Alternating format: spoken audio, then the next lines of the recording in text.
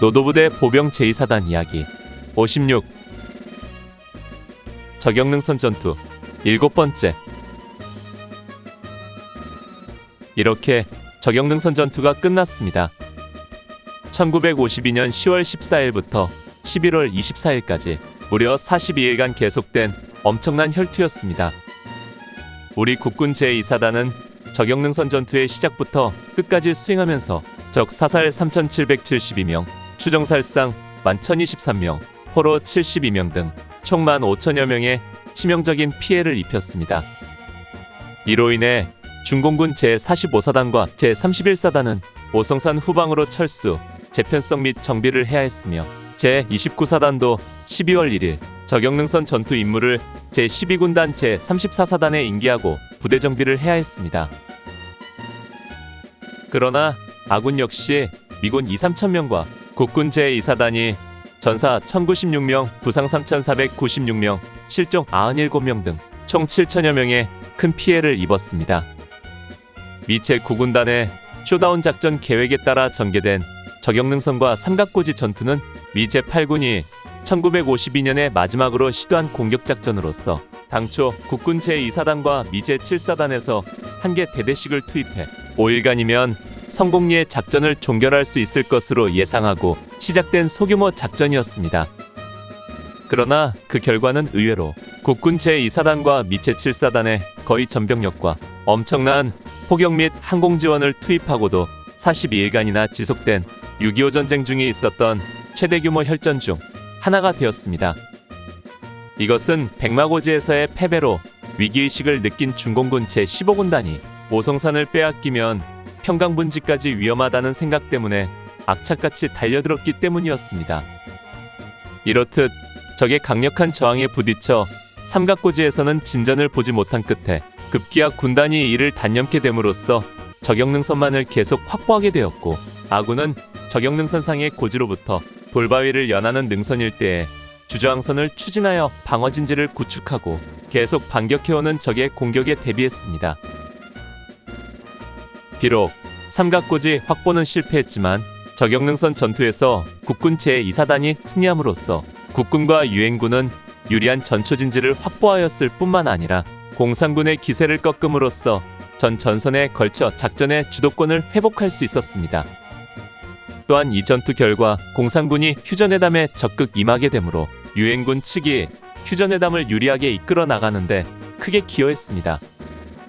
그러나 이 고지들은 1953년 7월 13일을 전후에 전개된 중공군의 마지막 7.13 공세, 즉 금성전투로 피탈당해 휴전선 북방 비무장지대 내로 들어가고 말았습니다. 현재 적영능선은 제15 보병사단이 담당하는 군사분계선 안에 있으며 승리전망대에서 조망할 수 있다고 합니다. 적영능선 전투는 기간도 길고 전투 규모도 크다 보니 여러 가지 전해지는 이야기들이 많이 있습니다. 그중 몇 가지를 소개하면서 적영능선 전투 이야기를 마칠까 합니다. 앞서도 언급했지만 이 전투는 42일간 지속되어 단일 작전으로는 최장기간 이어진 전투였습니다.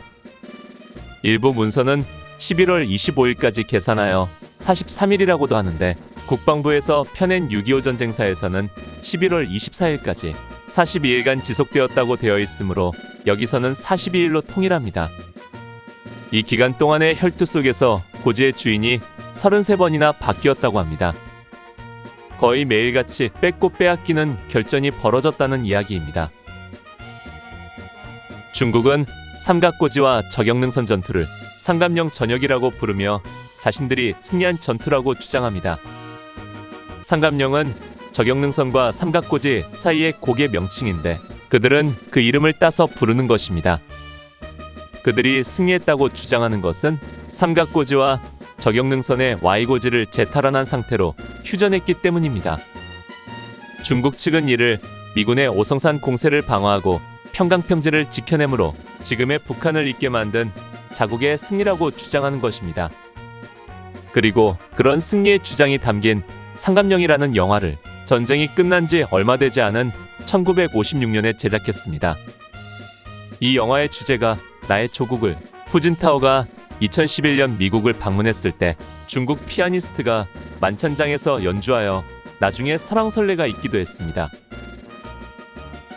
그러나 유엔군이 계획한 삼각고지와 저격능선 전투는 애초 오성산이나 평강분지를 확보할 계획이 없었고, 비록 삼각고지를 탈취하지는 못했지만 아군이 적의 수중에 있었던 저격능선의 A고지와 돌바위고지를 탈취하여 적의 위협을 줄일 수 있었기 때문에 아군의 승리라고 보는 것이 타당할 것입니다. 물론 처음 목표한 것에는 못 미치지만 그래도 저격능선을 장악함으로 처음 목적했던 적을 견제하고 위협 요인을 제거하려는 작전 목적은 달성했기 때문입니다. 또한 이 전투로 인해 철원을 확보하고 싶어 했던 김일성의 욕심을 좌절시켰으며 휴전회담을 유엔군 측이 유리하게 이끄는 계기가 되었습니다. 중국 측은 저격능선 전투, 즉 상감령 전역에 대해 여러 통계 자료를 제시하고 있는데, 그에 따르면 유엔군은 3개 사단에 6만이 넘는 병력과 300여문 화포, 200여 대의 탱크, 3천여 대의 항공기를 투입했고 포탄 190만 발, 폭탄 5천여 발을 쏟아부었다고 주장합니다. 중국군 역시 3개 사단 4만 명과 삼포와 야포, 유탄포 133문, 로켓포 23문, 고사포 47문, 박격포 292문이 35만 발의 포탄을 발사했다고 합니다. 그러나 실제로는 한국군과 유엔군은 2개 사단으로 약 2만여 명이 참전했고, 그나마도 미 제7사단이 빠진 뒤에는 한국군 제2사단만으로 전투를 치루었기에 참전 병력은 더 줄어들게 됩니다. 이 전투에서의 병력 피해 상황에 대해서도 각 주체마다 주장하는 바가 다릅니다. 한국군 자료로는 중공군 전사상자가 14,815명이고 아군은 4,683명입니다. 유엔군은 정확한 수치를 제시하지 않고 있는데 대략적으로 중국군 19,000여 명, 유엔군 9,000여 명 정도의 전사상자가 발생한 것으로 추정합니다. 그러나 중국군 자료로는 자기들 피해 11,529명, 유엔군 25,498명이라고 주장합니다.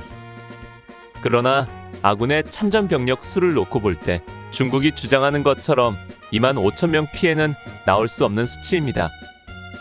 아군 2개 사단이 전멸을 해도 나올 수 없는 수치이기 때문입니다. 다만 중국도 자신들 피해가 11,500여 명이라고 밝힌 것으로 볼 때 한국군이 주장하는 15,000여 명의 피해가 거의 정확할 것 같습니다. 그 당시 중공군들이 가장 두려워한 것은 유엔 공군기들의 공중폭격이었습니다. 제공권을 완전히 장악한 미 공군기들이 엄청난 폭격을 가했기 때문입니다.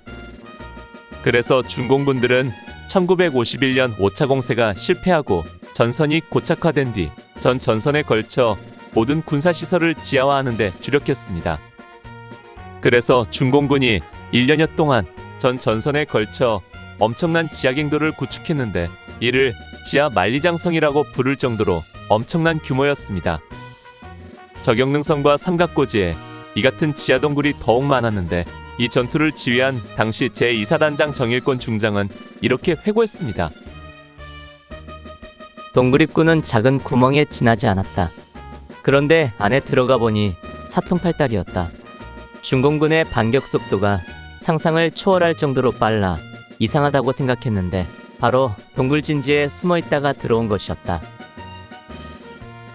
앞서 말한 것처럼 당시 중공군 제45사단은 오성산 일대에 총연장 8.8km에 달하는 갱도 306개, 엄계참호 160개, 교통호 53km, 대전차호 4개를 구축했고 이외에 참호 2,400개와 노루방책 2.6km, 철조망 2.3km, 동굴창고 61개, 동굴 탄약창고 65개, 갱도와 연결된 엄폐식 취사장 140개, 각급 지휘소 및 관측소 204개를 건설했다고 합니다. 그러기에 설령 원자폭탄을 사용했다 해도 저격능선과 오성산의 공산군 부대를 모두 소탕하는 것은 불가능했다는 말까지 미국 군사 전문가들 사이에서 돌았을 정도였다고 합니다. 지금도 오성산 일대에는 유사시에 6만 명의 병력이 숨을 수 있는 지하갱도가 있다는 말도 있습니다.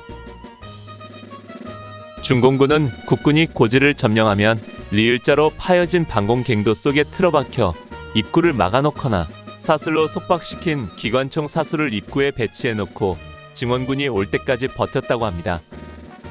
한 번은 점령 과정에서 생포한 중공군으로부터 삼각고지 8부 능선의 땅굴 속에 100여 명이 있다는 정보를 듣고 장교 1명과 사병 9명으로 편성된 특공부대를 투입. 입구 보초가 피로에 졸고 있을 때 갱도로 들어가 분변 냄새가 진동하는 곳까지 진입 후 폭약을 설치해 매몰시켰다고 합니다. 이 폭발로 그 속에 있던 중공군은 그대로 매몰되었고 그 폭발 여파로 고지의 지형이 약간 바뀌었다고 합니다. 이렇게 많은 이야기를 남기고 적영능선 전투는 끝이 났습니다. 42일간의 혈투를 벌인 우리 제2사단은 11월 25일 제9사단의 전선을 인계하고 사창리로 물러나 부대 재정비에 들어가게 됩니다. 오늘 추억여행에 함께 해주셔서 감사합니다. 다음 이야기를 기대해 주시고 구독과 좋아요 부탁드립니다. 항백